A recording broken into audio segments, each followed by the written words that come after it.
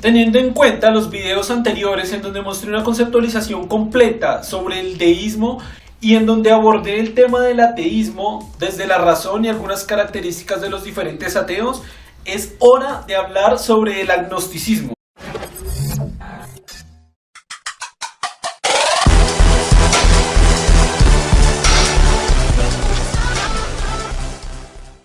Dentro de las posturas filosóficas en donde se plantea la existencia de dioses, tenemos dos grandes generalidades. Una, el teísmo, y otra, el ateísmo. El deísmo, y aunque algunos deístas no estén muy de acuerdo, se ubica dentro de las posturas filosóficas teístas. Y el agnosticismo, y aunque algunos agnósticos no estén de acuerdo, se ubica dentro del campo del ateísmo. Incluso algunos filósofos y escritores clasifican el agnosticismo como una forma de ateísmo débil. El agnosticismo data desde hace más de 2400 años como una forma de escepticismo entre los principales filósofos y pensadores. Por ejemplo, Protágoras afirmaba: con respecto a los dioses no tengo medios para saber si existen o no, o qué clase de seres pueden ser. Muchas cosas previenen el conocimiento, incluida la oscuridad del tema y la brevedad de la vida humana.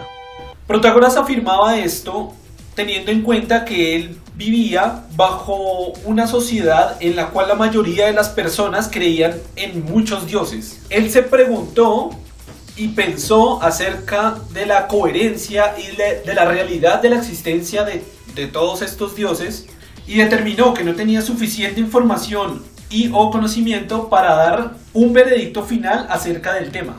Muchos filósofos y pensadores a lo largo de la historia han sido escépticos en cuanto al conocimiento o creencias populares. Todo este ha sido un camino para conducir a lo que hoy conocemos como agnosticismo.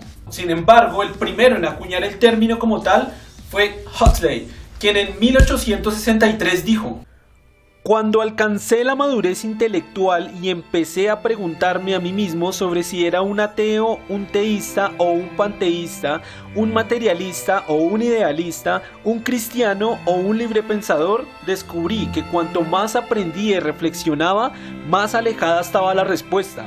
Hasta que, al final, llegué a la conclusión de que no tenía arte ni parte con ninguna de esas denominaciones, salvo la última. Lo único en que la mayoría de estas buenas personas estaban de acuerdo era en lo único en que discrepaba con ellos. Estaban bastante seguros de haber alcanzado cierta gnosis. Habían con más o menos éxito solucionado el problema de la existencia, mientras que yo estaba bastante seguro de que no lo había logrado, y tenía una convicción bastante fuerte de que el problema era irresoluble.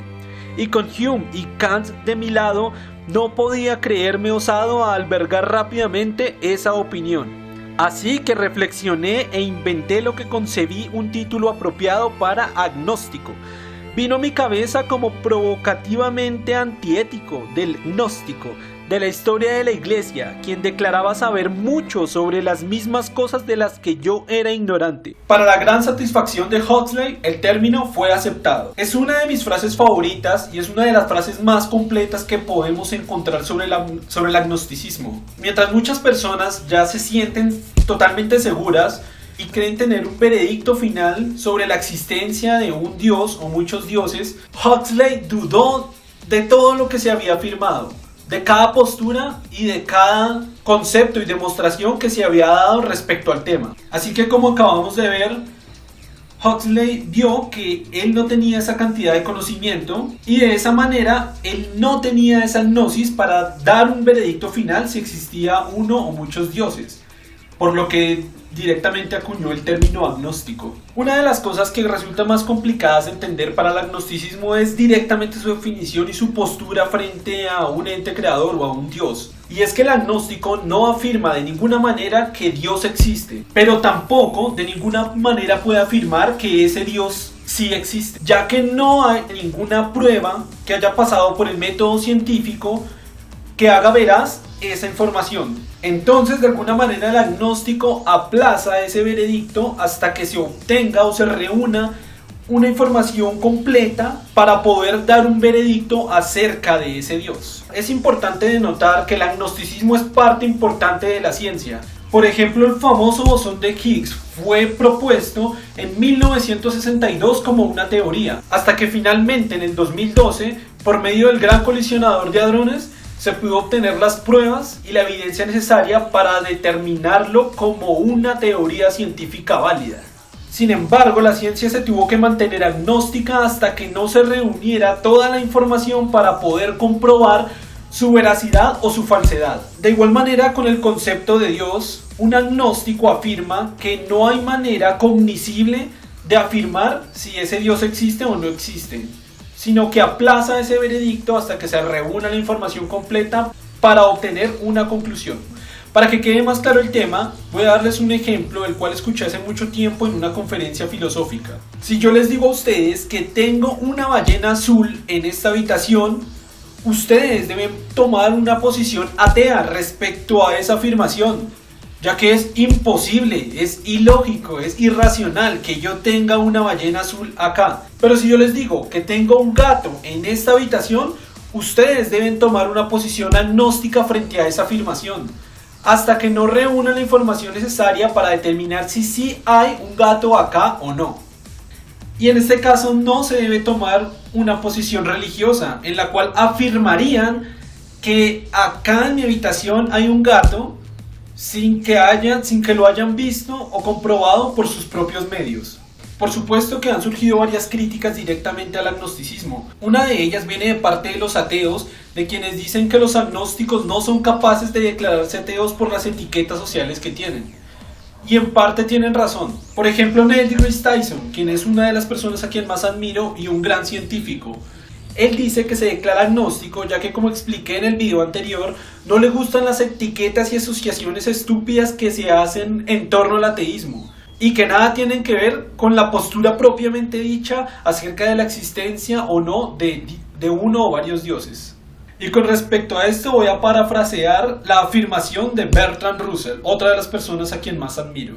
Como filósofo, si estuviera dirigiéndome a una audiencia estrictamente filosófica, debería decir que tengo la obligación de describirme a mí mismo como un agnóstico, porque no creo que haya un argumento concluyente con el cual uno demuestre que no existe un Dios. Por otra parte, si voy a comunicar la idea correcta al hombre común de a pie, pienso que tendría que decir que soy un ateo, porque cuando digo que no puedo probar que no existe un Dios, debería agregar que igualmente no puedo probar que no existen los dioses homéricos. Yo haré una afirmación similar. Si me estoy refiriendo a una comunidad de gente inteligente, como creo que lo estoy haciendo ahora, me declararé abiertamente como un agnóstico. Pero si estoy hablando con personas del común, definitivamente me debo declarar como un ateo. Ahora confrontemos el agnosticismo con el deísmo. El dios deísta tiene características totalmente diferentes a las que tendría el dios de alguna religión o al dios cristiano. Y yo personalmente sería agnóstico frente a ese dios, no frente al dios religioso.